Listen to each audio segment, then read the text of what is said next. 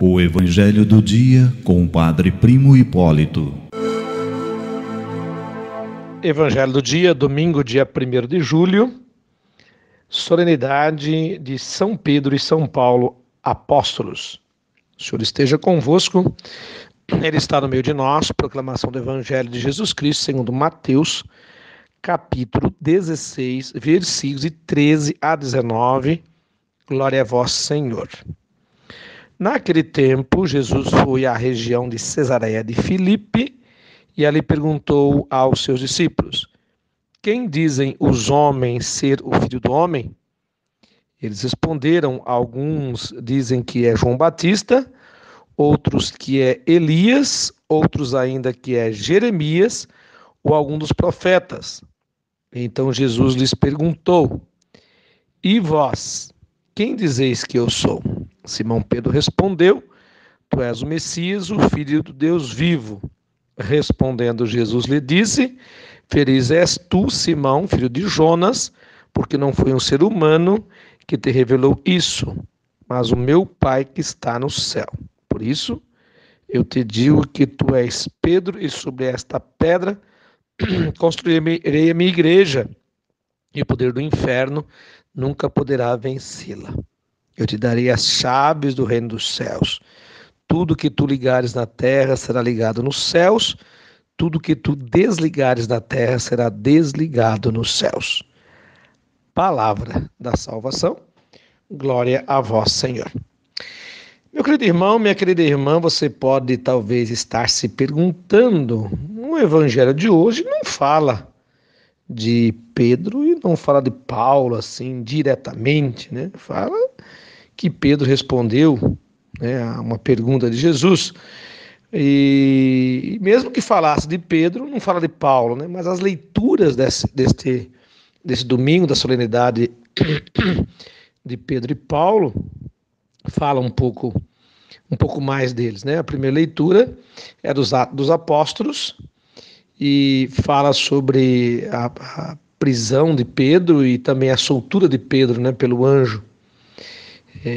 Que ele vai passando junto com o anjo pela primeira guarda, segunda guarda, ninguém vê e tal. E o interessante é que o que envolve esta libertação de Pedro é aquilo que ele fala, né, depois. Realmente estou percebendo que foi Deus que me livrou, me tirou. Ou seja, a presença de Deus na vida dele fez com que ele se libertasse daquela realidade.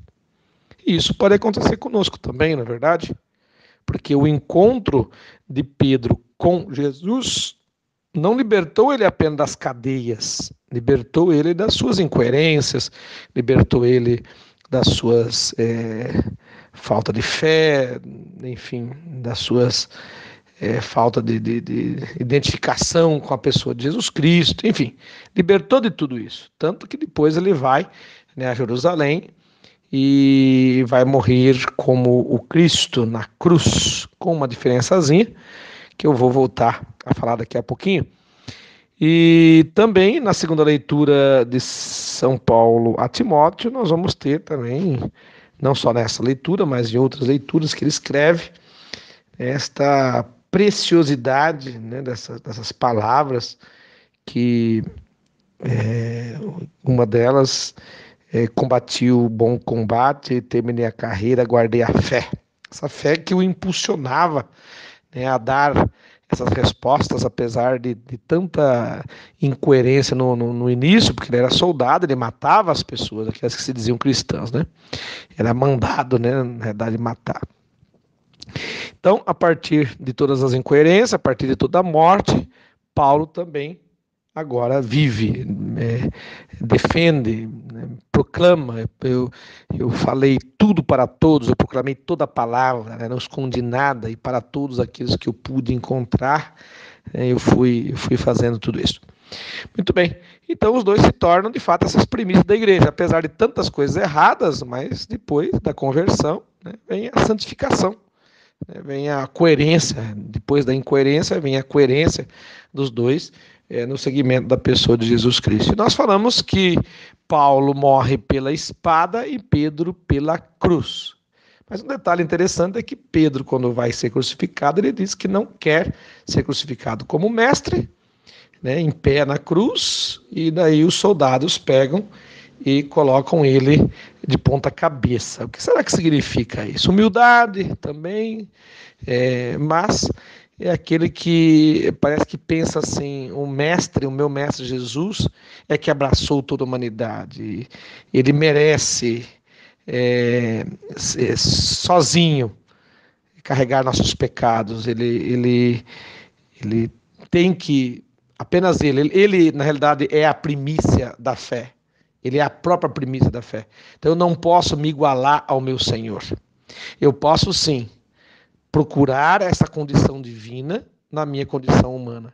Portanto, a cruz é a condição divina, mas a cabeça para baixo é a condição humana. Não ser como o mestre, mas ser como eu sou, aquele teimoso que um dia proclamei a fé, se tornou o primeiro Papa.